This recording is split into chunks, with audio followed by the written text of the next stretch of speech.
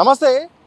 తెలంగాణ రాష్ట్రంలో తాజా రాజకీయ పరిణామాల విషయంలో అయితే మాత్రం కాంగ్రెస్ అధిష్టానం అయితే ఇక దృష్టి పెట్టింది. ఇందులో భాగంగా ఎలాగైనా ఈ యొక్క అంశాలను వివాదాలకు ఫుల్ స్టాప్ పెట్టాలనే యోచనలో అయితే మాత్రం ఇటు రకరకాలుగా విశ్లేషణ చేస్తుంది. ఇదే సందర్భంలో క్యాబినెట్ సంబంధించిన ఒక అంశం అయితే మాత్రం బయటకు వచ్చింది అధికార వర్గాల ద్వారా. సో ప్రస్తుతానికైతే మాత్రం శ్రావణ మాసంలోపు అంటే శ్రావణ మాసం ముగిసేలోపు సెప్టెంబర్ 10 లోపు అయితే మాత్రం మంత్రివర్గ విస్తరణ పునర్వ్యవస్థీకరణ జరగాల్సిన అవసరం ఉన్నట్టయితే తెలుస్తుంది. ఇందులో భాగంగా అధిష్టానం కూడా ఇప్పటికే దీనికి గ్రీన్ సిగ్నల్ ఇచ్చినట్టు తెలుస్తోంది. వాస్తవానికి 18 మందికి అవకాశం ఉంది తెలంగాణ క్యాబినెట్. అయితే ప్రస్తుతానికైతే మాత్రం 16 మందికి మంత్రులుగా ఉన్నారు. మరో 2 కూడా అవకాశం ఉంది.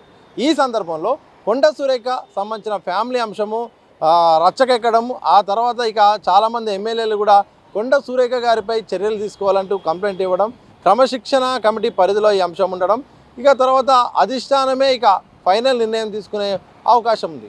ఈ సందర్భంలో ఉన్న పలంగా కొండ సురేఖ గారిని బర్తరాఫ్ చేయడమో లేకపోతే రాజీనామా చేయించడం ద్వారా అయితే మాత్రం కాస్త పార్టీకి ప్రభుత్వానికి కూడా ఇబ్బందులు వచ్చే అవకాశం ఉంది. ఎందుకంటే సామాజిక వర్గం నుండి కూడా ఇబ్బంది వచ్చే అవకాశం ఉంది.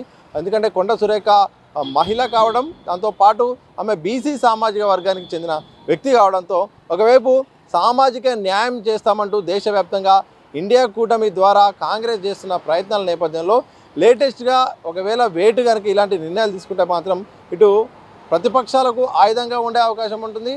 అలాగే కాంగ్రెస్ అయితే మాత్రం కేవలం సామాజిక న్యాయం విషయంలో చెప్పింది ఒకటి చేసేది ఒకటి అనే విమర్శలు కూడా వచ్చే అవకాశం ఉంది. సో బీసీ బిడ్డపై ఇలా చేస్తారు. నిజంగా కాంగ్రెస్ పార్టీ బీసీలకు చాలా దారుణమైన పరిస్థితి తీసుకొస్తుంది, గుర్తింపు లేకుండా చేస్తుందనే విమర్శలు కూడా ఇటు బీసీ సంఘాల నుండి, ప్రజల నుండి, జనరల్ పబ్లిక్ నుండి కూడా వచ్చే అవకాశం ఉంది. ఈ సందర్భంలో ఇక ఉన్న పలంగా ఇప్పుడెప్పుడే నిర్ణయం తీసుకునే బదులు ఈ శ్రావణ మాసంలోపు విస్తరణ పేరుతో కొండ సురేఖను తప్పించే ఒక ప్లాన్ జరుగుతున్నట్టయితే మాత్రం తెలుస్తుంది. ఇదే సందర్భంలో చాలా మంత్రిత్వ శాఖలు అయితే మాత్రం కొన్ని ఫిర్యాదులు ఉన్నాయి, కొన్ని మార్పు చేర్పులు చేయాల్సిన అవసరం ఉంది. కొందరికి శాఖలు భారంగా ఉన్నాయి, మరికొందరు శాఖల్లో మంత్రులు అయితే మాత్రం అవినీతి ఎక్కువగా చేస్తున్నారు, ఎక్కువగా కూడా అధికారులకు ఇబ్బంది పెడుతున్నారు, సరైన విధంగా అమలు చేయట్లేదు అనే ఒక చాలా కంప్లైంట్లు కూడా ఉన్నాయి. ఇదే సందర్భంలో కొంతమంది శాఖల మార్పు జరిగే అవకాశం ఉందంట. ఇదే సందర్భంలో 2 కూడా చర్యలు తీసుకునే ఛాన్స్ ఉన్నట్టు తెలుస్తుంది. అంటే కొండ సురేఖతో పాటు మరో 2 మంత్రులకు పైన కూడా వేటు పడే అవకాశం ఉన్నట్టు తెలుస్తోంది. మరి వేటు పడడం అంటే అంత చిన్న విషయం కాదు. ఒక మంత్రిని తీసేయడం అంటే ముందుగా ఆయా సామాజిక వర్గాల సమస్య ఉంటుంది, వాళ్ళు బయటకు వచ్చి తీవ్రంగా విమర్శలు చేసే అవకాశం ఉంటుంది, బల ప్రదర్శన చూపించే అవకాశం ఉంటుంది, మళ్ళీ వాళ్ళు పార్టీ మారే అవకాశం కూడా ఉంటుంది. ఇవన్నీ కూడా బేరీజ్ వేసుకోవాల్సిన అవసరం ఉంది. కాబట్టి ఒకవేళ ఎవరినైతే తీసేయాలనుకుంటున్నారో వాళ్ళు తీసేస్తే వాళ్ళు ఎలా రియాక్ట్ కాబోతున్నారు, ఎలాంటి అంశాలు తీసుకొచ్చే అవకాశం ఉంది, దానికి ఏ రకంగా కౌంటర్ ఇస్తే ఈ అంశం అయితే మాత్రం సర్దుబాటు అయ్యే అవకాశం ఉన్నట్టయితే మాత్రం ఇటు రాష్ట్ర కాంగ్రెస్తో పాటు అధిష్టానం కూడా ఆలోచిస్తుందట. సో ప్రస్తుతానికి 2 మంత్రులపై కూడా ఇదే పనుల విస్తరణలో భాగంగా చర్యలు తీసుకునే అవకాశం ఉన్నట్టు తెలుస్తుంది. ప్రధానంగా అందుతున్న సమాచారం ప్రకారం అయితే మాత్రం సెప్టెంబర్ 10 వరకు శ్రావణ మాసం ఉంది. ఈ శ్రావణ మాసంలోపే మంత్రివర్గ విస్తరణ జరగాల్సిన ఆలోచన చేస్తున్నట్టు ఇక సీఎంఓ వర్గాలు చెప్తున్నాయి. ఇందులో భాగంగా ప్రత్యేకంగా వర్షాకాల సమావేశాలు కూడా సెప్టెంబర్ 7న నిర్వహించే అవకాశం ఉంది. ఈ 7 నుండి ఒక 3 రోజుల పాటు ఉండే అవకాశం ఉన్నట్టు తెలిసిన సందర్భంలో అసెంబ్లీ సెషన్ కంటే ముందు విస్తరణ జరగాల, ఆ తర్వాత జరగాలనే దానిపైన అయితే మాత్రం ఇక చర్చ జరుగుతుంది. ఇందులో సాధ్యాలు ఏంటి, ముందు చేస్తే బాగుంటుందా, వెనుక చేస్తే బాగుంటుందా అనే దానిపైన కూడా చర్చ జరుగుతుంది. మరోవైపు ఎవరిపై అయితే ఒకవేళ వేటు వేస్తారో ఆ వేటు వేసేదానికంటే ముందే ఏఐసిసి పెద్దలు వాళ్ళతో సంప్రదింపులు జరపడం, సాధ్యాలు చెప్పడం, సమస్యను వివరించడం ఇలాంటివి చేసే అవకాశం కూడా ఉందంట. సో ఇది వేటు అంశం. ఇంకొకటి, ఇది 2 స్థానాలు ఖాళీగా ఉన్నాయి. ఈ ఖాళీల భర్తీ ఎవరిని చేయాల్సిన అవసరం ఉందనే దానిపైన మాత్రం చాలా పోటీ నడుస్తుంది, చాలా తలనొప్పిగా మారిపోయింది.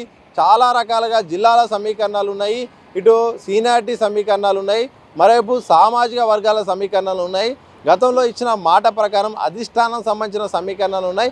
ఇక్కడ ఉన్నాయే 2 సీట్లు, మహా అంటే కొండ సురేఖ గారిని తప్పించిన 3 సీట్లు అవుతాయి. కానీ ఇంకో 2 తీస్తారా లేదనేది అంత ఈజీ అయితే విషయం కాదు, చాలా పెద్ద ఎత్తున అయ్యే అవకాశం ఉంటుంది. కానీ ఈ ఇద్దరిని భర్తీ చేయాలన్నా, ముగ్గురిని భర్తీ చేయాలన్నా తీవ్రమైన పోటీ ఉంది. ఎస్టీ సామాజిక వర్గం నుండి మంత్రి లేడు, అలాగే యాదవ సామాజిక వర్గం నుండి కూడా మంత్రి లేడు, ఇటు ఇటు రంగారెడ్డి జిల్లా నుండి మంత్రి లేడు, ఇటు ఎక్కడికక్కడే నిజామాబాద్ నుండి కూడా అదే సమస్య ఉంది. జిల్లాల వారీగా సమస్యలు ఉన్నాయి, అలాగే సామాజిక వర్గాల వారీగా సమస్యలు ఉన్నాయి, సీనియారిటీ ఆధారంగా సమస్యలు ఉన్నాయి. వీటిని కూడా భర్తీ చేయాల్సిన అవసరం ఉంటుంది. ఇలా మొత్తానికైతే మాత్రం విస్తరణ విషయంలో తీవ్రమైన చర్చ జరుగుతుంది. మరి శ్రావణ మాసంలోపే ఈ యొక్క మంత్రివర్గ ప్రక్షాళన జరగాల్సిన అవసరం ఉందన్నట్టయితే మాత్రం తెలుస్తుంది. ఇందులో భాగంగా కొండ సురేఖ గారిని తప్పించే యోచనలో దాదాపుగా కన్ఫర్మ్ అయినట్టే తెలుస్తుంది. ఆమెతో పాటు మరో ఇద్దరిని తప్పించే ఆలోచన ఉన్నట్టయితే తెలుస్తుంది. తప్పిస్తారో లేదో తెలియదు. తప్పించకుండా కానీ ఇంకా 2 సీట్లు ఖాళీగా ఉంటాయి, వాటిని భర్తీ చేయాలి. ఆ అవకాశం ఎవరికి వస్తుందో అని కూడా అందరూ ఆశావాళ్ళు ఎదురు చూస్తున్నారు. మరి అధిష్టానం తీసుకునే నిర్ణయం ఎలా ఉండబోతుందో భవిష్యత్తులో తెలిసే అవకాశం అయితే కనిపిస్తూ ఉంది.